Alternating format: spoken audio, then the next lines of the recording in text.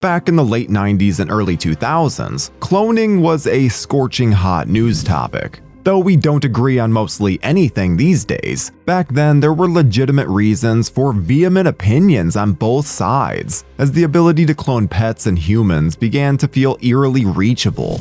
Naturally, Hollywood stepped in to do what Hollywood does best. They gave us a humorous but sneakily deep-thinking sci-fi action flick about all of the discourse surrounding cloning, starring Arnold Schwarzenegger, and he almost died making it. This is the story of what the fuck happened to the sixth day. When husband and wife writing duo Marianne and Cormac Wibberley sold the second script that they'd ever written to Disney to break onto the scene, they were shocked by how quickly they'd been typecast as family movie writers. So they decided to write an action movie sample to prove to the studios that they were capable of exploring other genres as well. That script, titled The Sixth Day, would change their lives. It ended up jump-starting a career that would include the duo working on hits like National Treasure and Bad Boys 2, amongst others. The sixth in The Sixth Day was originally spelled out like a rational adult would assume. However, it was changed by the studio out of fear that the majority of the public were brainless human meat popsicles unable to decipher from M. Night Shyamalan's uber hit The Sixth Sense. I see dead people. Regardless, the script found the desk of Phoenix Pictures chairman Mike Medavoy. The studio had previously brought us films like U-Turn, Urban Legend, and Lake Placid, and was over the moon with what they'd read. Impressed by the way the script incorporated humor and action, the studio optioned the script, but there was one problem. They had never really made a movie like this before. And so Medavoy smartly reached out for the help of a sci-fi action producer, John Davison, who had films like RoboCop and Starship Troopers under his belt. Come on, you ape! You want to live forever? Sony Pictures Releasing came aboard to distribute the film, and we were off to the races. At director, the studio ultimately went with the experienced Roger Spottiswoode, just a few years removed from the Pierce Brosnan GoldenEye follow-up Tomorrow Never Dies. I have to admit, though, we seem to have developed a certain attachment to each other. Although it had to be at least somewhat alarming that Spottiswoode also helmed Stop or My Mom Will Shoot, Nobody hurts my baby. which Schwarzenegger famously tricked Stallone into starring in, knowing what the outcome would be for Stallone. But I digress. An alternate multiverse features Gremlins and the Howling legend Joe Dante helming the project. In a 2009 Reddit AMA, an Arnold Schwarzenegger fan, who isn't, asked Dante if he'd ever worked with the actor, and Dante responded that he had almost worked with him on The Sixth Day, but that Schwarzenegger was quote-unquote wrong for the part. Talk to the hand. I imagine he's referring to the idea that the script, though it had both True Lies and Total Recall elements, called for a bewildered everyman thrust into a dangerous situation. Arnold is anything but an everyman, but to be fair, they at least dressed him in dad khakis for most of the film. I would also argue that I'd cast the Austrian oak in any role that he was willing to play, ever, which they did. He also helped produce.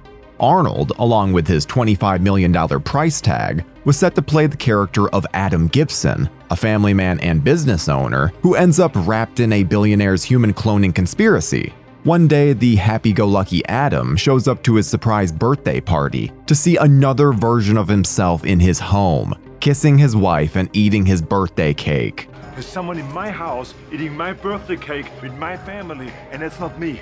He's informed that this was a mistake, but unfortunately, he's now seen his clone and has to be killed. If his family finds out, they too will be eliminated in the name of the future of human cloning. Arnold has to then take down the entire industry to get his life back, eventually teaming up with his own clone, and at one point using a severed finger to access proprietary information. The rest of the cast features an "oh shit, he's in this movie too" moment at every turn. On the good guy side of things, Michael Rapaport plays Adam's bachelor buddy and co-worker Hank. Air Force One's Wendy Crewson is cast as Adam's extremely loving wife Natalie, who brings him stogies and does husband and wife stuff with him in their garage minivan.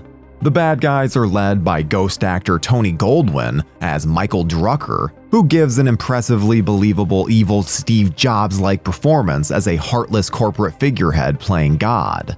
The extremists don't like to admit that they'd rather the world went hungry than eat cloned fish, so instead they keep yelling about human cloning. Drucker's street general is played by none other than the legend Michael Rooker as Robert Marshall, barking orders and threatening folks at every turn with his patented, tired of your shit voice. I told him to hide it, so I wouldn't know where it is. We'll see about that, won't we? Yeah, we will. Even his henchmen are notable, with Terry Crews appearing in his debut role as the literal muscle. Crews appears on screen alongside fun performances from Sarah Winter and Rodney Rolland as a couple of cyberpunk clones with low morals, who look as if they came straight from the set of Hackers.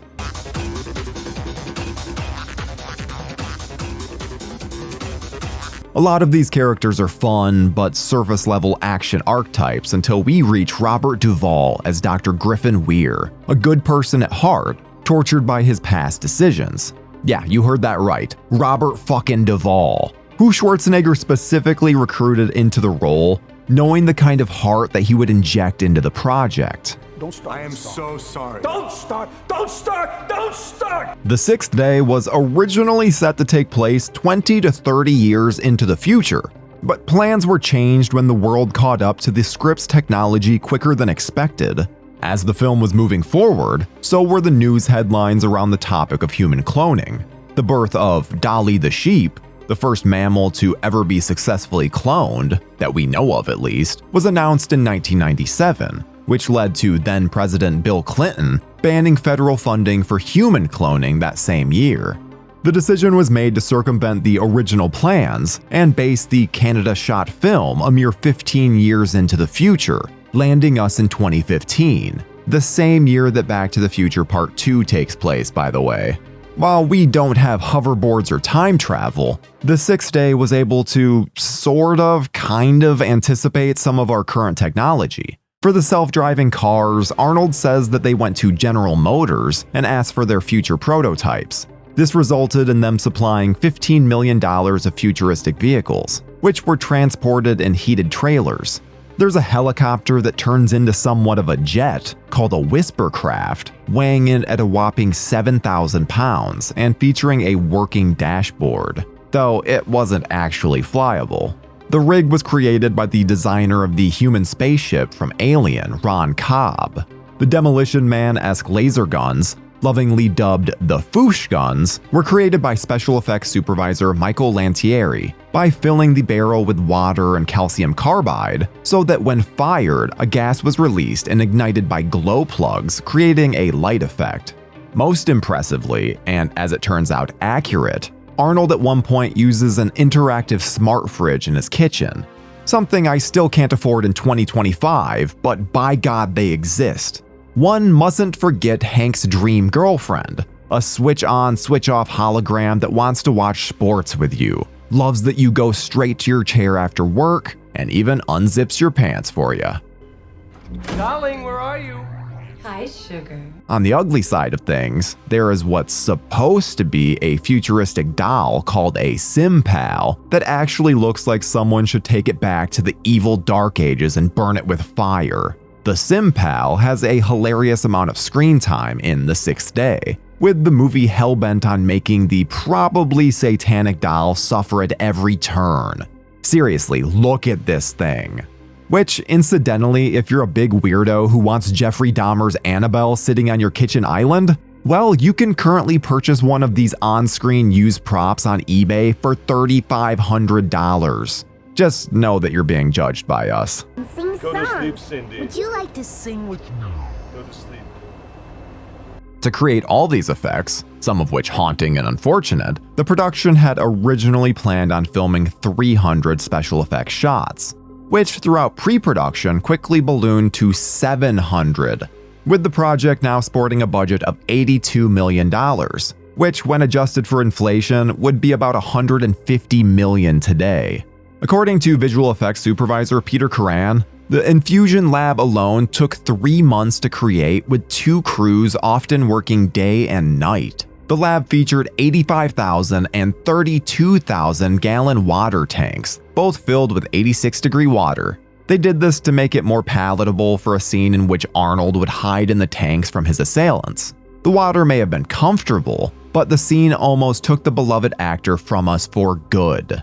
The scene was first rehearsed with goggles on, and all the appropriate precautions appeared to have been taken. However, when Arnold went to film without the goggles on, the water was too milky for him to see, and when he went to depart the water, he realized he didn't know where to get out and was trapped. Thankfully, his stunt double, Billy Lucas, saw him struggle and helped him get to safety. In a Reddit AMA 11 years ago, Arnold recalled the moment as one of the closest that he had ever been to death, also recalling the horse on the rooftop moment from True Lies, unsurprisingly.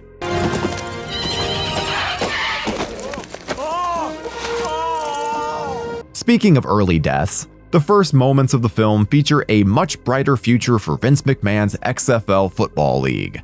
The moment is one of the 6 days' most underrated oddities, showing a future in which the XFL wasn't a dumpster fire that only survived a year, but was rather a super successful one in which players were paid millions in front of thousands of adoring fans. When a $1 million quarterback with an unexpected career-ending injury is secretly murdered and quickly cloned to start the next weekend, it's another interesting look into how billionaires could use the power of cloning for nefarious purposes. Who thinks of this stuff? You know, I bet Jerry Jones would do it. The 6th Day certainly seemed like a movie that spared no expense, and had a lot of fun doing so. While the bold, futuristic ideas and classic Arnold moments make for what I consider a pretty fun and underrated flick, critics simply didn't agree. To make matters worse, audience did not show up. The film was considered a box office flop, making only $96 million on an $80 million budget. Ultimately, it opened up behind How the Grinch Stole Christmas, Rugrats in Paris, and Charlie's Angels. Ultimately, a very bad sign for Arnold's career at the time. For reference, Arnold's previous film, the very underrated horror flick End of Days, had managed to pull in over $300 million at the box office just 1 year prior. Though Roger Ebert liked the film and gave it 3 out of 4 stars, Arnold received multiple Razzie nominations, including Worst Actor. Cheekily, he was also nominated for Worst Supporting Actor as his own clone, and Worst Screen Couple for his performance with himself, which I'll openly say is horse dung because these two were adorable together. Cool. Thankfully, this was the same year that Battlefield Earth came out, so he was a loser here. On the bright side, the film was nominated for a few Saturn Awards, including Best Actor, Best Sci-Fi Film, Best Special Effects, and Best Makeup. Though it didn't win any of the awards, it's still nice to be noticed. Ultimately, who knows why The Sixth Sense didn't hit with audiences despite its humor, ideas, and action. Perhaps they were unwilling to participate in anything that reminded them of old-school 90s action movies at the dawn of the 2000s. Or it could have been, in part, the corny poster featuring this confusing monstrosity, as Arnold was reticent to hold a gun due to ongoing strife about gun violence in his movies. Regardless, if you happen to be nostalgic for an Arnold throwback, or want to check out the wild ideas around the horrors of human cloning through the lens of a sci-fi blockbuster with jokes, this one is a lot more fun than it was being given credit for back in 2000. And that, my friends, is what the fuck happened to The Sixth Day.